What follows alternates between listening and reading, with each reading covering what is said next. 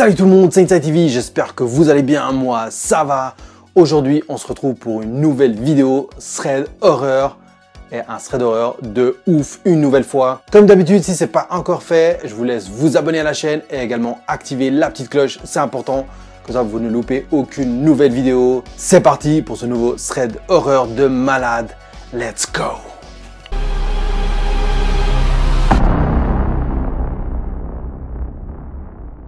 Cette histoire se déroule une nouvelle fois de plus aux États-Unis. C'est l'histoire d'un groupe d'amis qui font de l'urbex.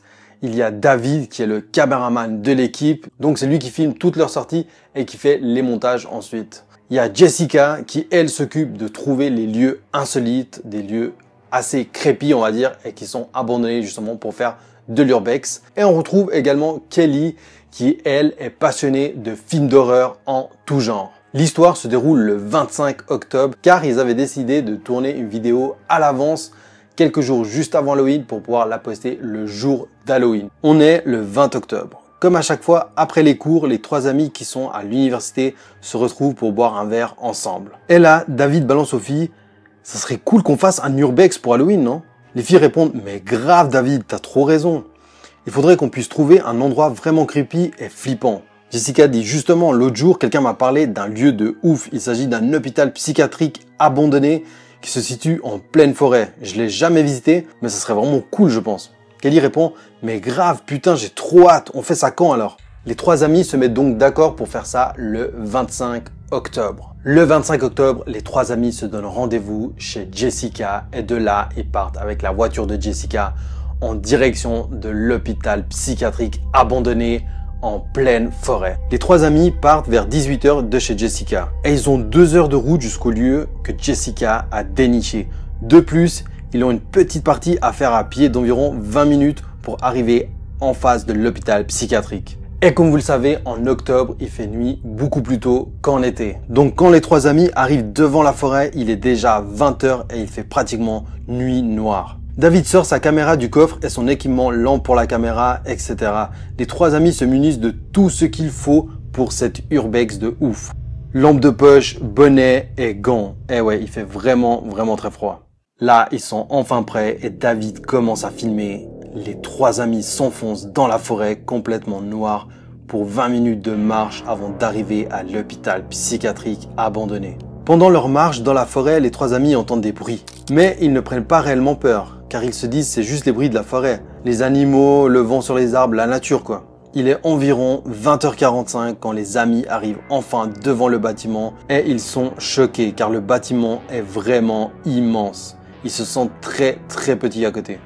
Alors là, ils sont devant le bâtiment et David commence par filmer des plans extérieurs du bâtiment, ce qui est normal pour un urbex. D'abord, tu filmes l'extérieur et ensuite l'intérieur. Ensuite, les trois amis rentrent à l'intérieur de l'hôpital psychiatrique et décident de commencer par le rez-de-chaussée avant de voir ce qu'il y a dans les étages. Les trois amis avancent dans les couloirs avec seulement la lumière des lampes de poche et la lumière de la caméra. Quand soudain, il y a Kelly qui dit « Oh putain, je viens de voir une ombre derrière la vitre, il y a quelqu'un dehors, je vous jure. » Mais David et Jessica lui disent « Mais calme-toi, il y a du vent, c'est normal qu'il y ait des ombres avec la lumière de la lune sur les arbres et tout, logique quoi. » Kelly se calme et elle leur dit « Ouais, vous avez raison, c'est sûrement ça, mais elle a quand même flippé. Malgré qu'elle regarde des films d'horreur, quand c'est en live, on flippe sa race, hein, faut le dire. » Il est à peu près 22 h 30 quand le groupe d'amis monte au premier étage. Et là, ils aperçoivent enfin les premières chambres de l'hôpital psychiatrique, ou plutôt les premières cellules. L'endroit est vraiment creepy et super effrayant.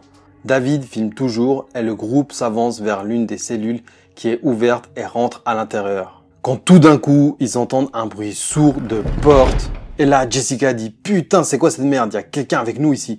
Faut qu'on se casse au plus vite. » Alors là, c'est normal que Jessica réagisse comme ça, car ils savent pas qui c'est, ça peut être un clodo. Même un clodo, c'est dangereux s'il a un couteau sur lui et tout. Mais encore, si c'est pas un clodo, quelqu'un qui veut juste leur faire peur ou n'importe qui, ça peut de toute façon être une situation dangereuse, surtout qu'ils sont au milieu de nulle part. Donc le mieux, c'est de partir. Jessica a raison. Mais voilà, le problème, c'est que le groupe d'amis ne sait pas si le bruit de porte vient d'un étage plus haut ou que le bruit de porte vient d'un étage plus bas.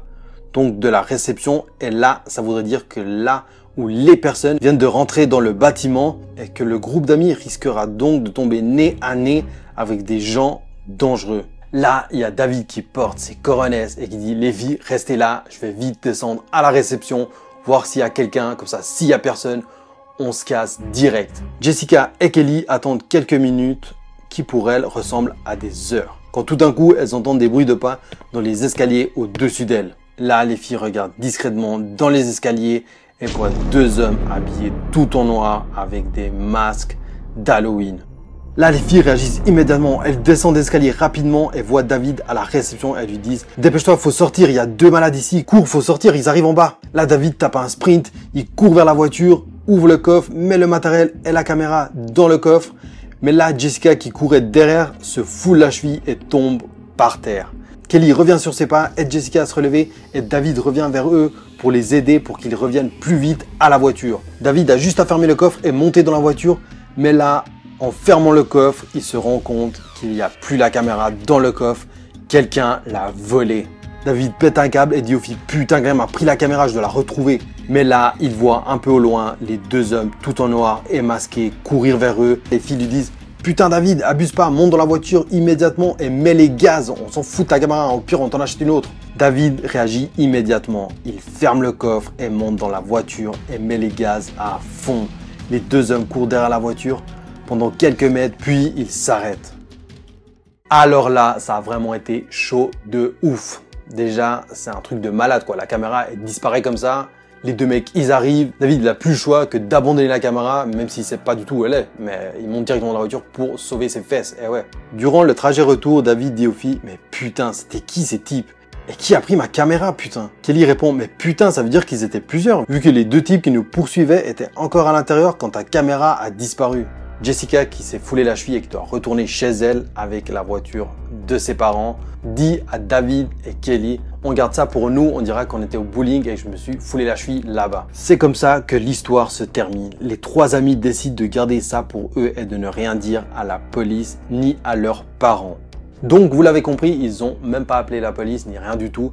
Donc c'est normal qu'il n'y a pas eu de recherche pour ces deux types-là, ou même qu'ils étaient plusieurs vu que la caméra a disparu pendant que les deux types étaient à l'intérieur.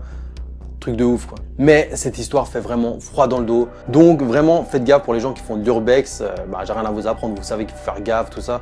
Et pour les gens qui voudraient faire de l'urbex et tout, faites vraiment gaffe car vous êtes dans un vieux bâtiment. Le plafond il peut vous tomber sur la tête. Il y a par exemple vous montez les escaliers, les marches qui peuvent lâcher. Vous pouvez vraiment vous péter la gueule. Et en plus de ça, souvent on rencontre des gens chelous. Ou même si c'est pas des gens chelous, par exemple un SDF qui dort dans un bâtiment abandonné, peut être dangereux s'il a un couteau sur lui et qu'il veut se défendre, il croit qu'il y a quelqu'un qui vient lui faire chier. Donc faites vraiment gaffe les gars et les meufs qui font de l'urbex. Faites attention à vous.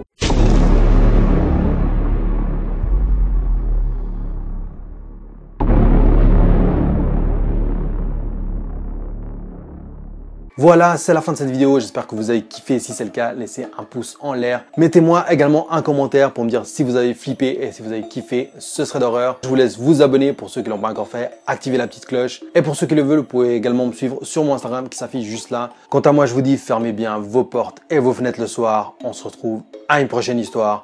C'était Inside TV.